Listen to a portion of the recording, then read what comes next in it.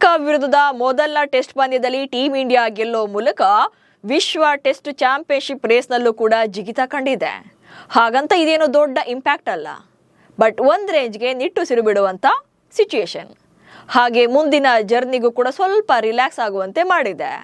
ಹಾಗಾದರೆ ಗಾಲೆ ಗೆಲುವಿನ ಬಳಿಕ ಭಾರತದ WTC ಪಟ್ಟಿಯಲ್ಲಿ ಎಷ್ಟು ಸುಧಾರಣೆ ಕಂಡಿದೆ? ಸೊ ಇನ್ನೆಷ್ಟು ಪಂದ್ಯಗಳು ಬಾಕಿ ಇರುವಂಥದ್ದು, ಹಾಗೆ ಎಷ್ಟು ಪಂದ್ಯಗಳನ್ನು ಗೆಲ್ಲಬೇಕು, ಈ ಬಗ್ಗೆ ಹೇಳ್ತೇನೆ. ನಾನು ಶಾಂತ. ನೀವು ಸುದ್ದಿಯಾನದ ಸಬ್ಸ್ಕ್ರೈಬರ್ ಆಗೋದಕ್ಕೆ ಮರಿಬೇಡಿ. ಭಾರತ ತಂಡ ಮೊದಲ 2 WTC ಆವೃತ್ತಿಗಳಲ್ಲಿ ಸತತವಾಗಿ ಫೈನಲ್ ಪ್ರವೇಶ ಪಡೆದರೂ ಕೂಡ ಎರಡೂ ಸಲವೂ ಕೂಡ ರನ್ನರ್ ಅಪ್ ಆಗಬೇಕಾಯಿತು.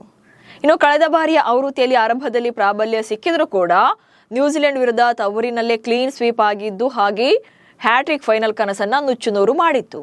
ಇದೀಗ ಗಾಲೆಯಲ್ಲಿ ಶ್ರೀಲಂಕಾ ವಿರುದ್ಧ ನಡೆದ ಮೊದಲ ಟೆಸ್ಟ್ ಪಂದ್ಯದಲ್ಲಿ ಭಾರತ 165 ರನ್ಗಳ ಭರ್ಜರಿ ಗೆಲುವನ್ನ ಕಂಡಿದೆ.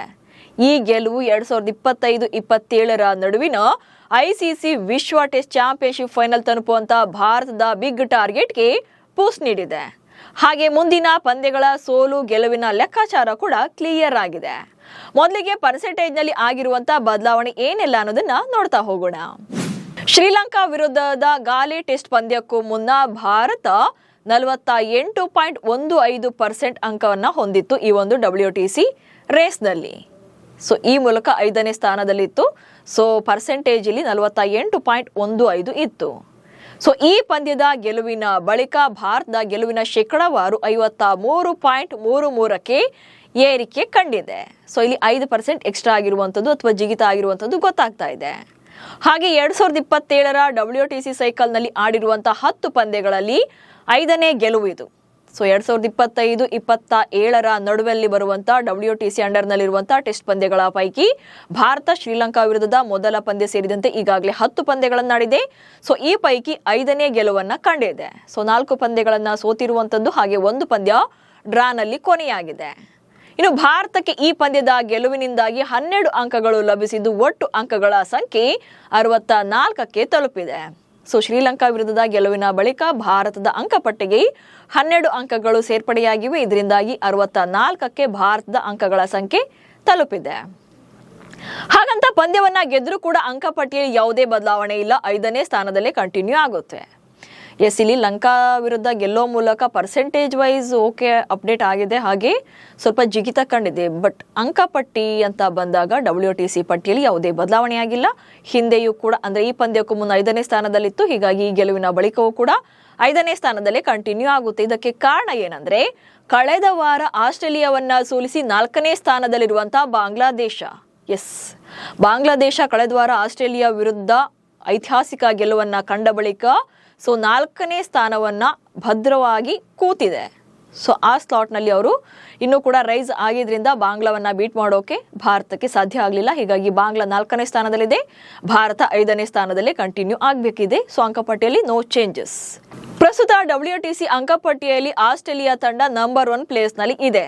ಸೊ ಭಾರತ 5ನೇ ಸ್ಥಾನದಲ್ಲಿದ್ದರೆ ಆಸ್ಟ್ರೇಲಿಯಾ 77.78%ನೊಂದಿಗೆ ಮೊದಲ ಸ್ಥಾನದಲ್ಲಿದೆ. ಹಾಗೆ ಸೌತ್ ಆಫ್ರಿಕಾ ತಂಡ 75%ನೊಂದಿಗೆ 2ನೇ ಪಟ್ಟಿಯಲ್ಲಿದೆ ಅಥವಾ 2ನೇ ಸ್ಥಾನದಲ್ಲಿದೆ. ಇನ್ನು ನ್ಯೂಜಿಲೆಂಡ್ ತಂಡ 72.22%ನೊಂದಿಗೆ 3ನೇ ಸ್ಥಾನದಲ್ಲಿದೆ. ಇನ್ನು ಬಾಂಗ್ಲಾದೇಶ 66.67%ನೊಂದಿಗೆ 4ನೇ ಸ್ಥಾನದಲ್ಲಿದ್ದರೆ ಭಾರತ ಈಗ 53.33%ನೊಂದಿಗೆ 5ನೇ ಸ್ಥಾನದಲ್ಲಿ ಇರುವಂಥದ್ದು.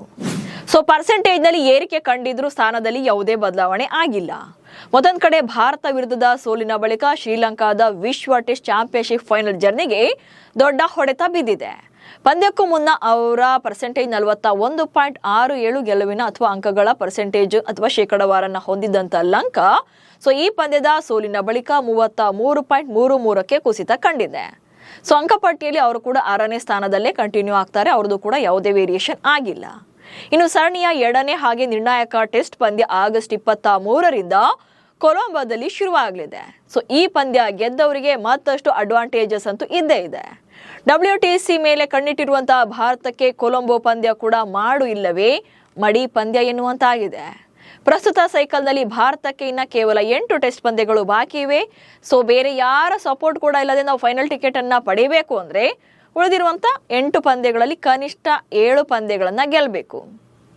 ಒಂದು ವೇಳೆ ಭಾರತ ಲಕ್ಕಿಲಿ 8 ಪಂದ್ಯಗಳನ್ನ ವಿನ್ ಆಯಿತು ಅಂದರೆ ಸೊ ಅಂಕಗಳ ಶೇಕಡಾವಾರು 74.07ಕ್ಕೆ ಏರಿಕೆ ಆಗುತ್ತೆ. ಸೊ ಹಾಗಾಗಿ ಯಾರ ಮೇಲೂ ಡಿಪೆಂಡ್ ಆಗಂಗಿಲ್ಲ, ಯಾರಿಗೂ ಕೇರ್ ಮಾಡಂಗಿಲ್ಲ, ಡೈರೆಕ್ಟ್ ಆಗಿ ಫೈನಲ್ ಟಿಕೆಟ್ ಸಿಗುತ್ತೆ. ಸೊ 2027ರ ವಿಶ್ವ ಟೆಸ್ಟ್ ಚಾಂಪಿಯನ್ಶಿಪ್ ಫೈನಲ್ನಲ್ಲಿ ಭಾರತ ಆಡೋಕೆ ಅರ್ಹವಾಗುತ್ತೆ. ಅಕಸ್ಮಾತ್ ಏನಾದರೂ ಇರುವಂಥ 8 ಪಂದ್ಯಗಳ ಪೈಕಿ 2 ಪಂದ್ಯಗಳಲ್ಲಿ ಸೋತು 6 ಪಂದ್ಯಗಳನ್ನ ಗೆದ್ರೆ ಆಗ ಬೇರೆ ತಂಡಗಳ ಸೋಲು ಗೆಲುವಿನ ಮೇಲೆ ಡಿಪೆಂಡ್ ಆಗಬೇಕಾಗುತ್ತೆ. ಈಗ ಲಂಕಾ ವಿರುದ್ಧದ 2ನೇ ಪಂದ್ಯ ಮುಗಿದ ಮೇಲೆ 2 ಪಂದ್ಯಗಳ ನ್ಯೂಜಿಲೆಂಡ್ ಪ್ರವಾಸ ಇದೆ. ಆ ನಂತರದಲ್ಲಿ ತವರಿನಲ್ಲೇ ಆಸ್ಟ್ರೇಲಿಯಾ ವಿರುದ್ಧದ 5 ಪಂದ್ಯಗಳ ಸರಣಿಯ ಸವಾಲು ಎದುರಾಗಲಿದೆ. ಹೀಗಾಗಿ ಉಳಿದಿರುವಂತ ಎಲ್ಲಾ ಪಂದ್ಯಗಳನ್ನು ಭಾರತ ಮಾಡು ಇಲ್ಲವೇ ಮಡಿ ಎನ್ನುವಂತೆ ಪರ್ಫಾರ್ಮ್ ಮಾಡಿದ್ರೆ ವಿಶ್ವ ಟೆಸ್ಟ್ ಚಾಂಪಿಯನ್ಶಿಪ್ ಫೈನಲ್ ಟಿಕೆಟ್ ಅಂತೂ ಪಕ್ಕಾ ಇದೆ. ಇಲ್ಲದೇ ಇದ್ರೆ ಈ ಸಲವೂ ಕೂಡ ಫೈನಲ್ ಟಿಕೆಟ್ ಮಿಸ್ ಆಗುತ್ತೆ. ನಮಸ್ಕಾರ.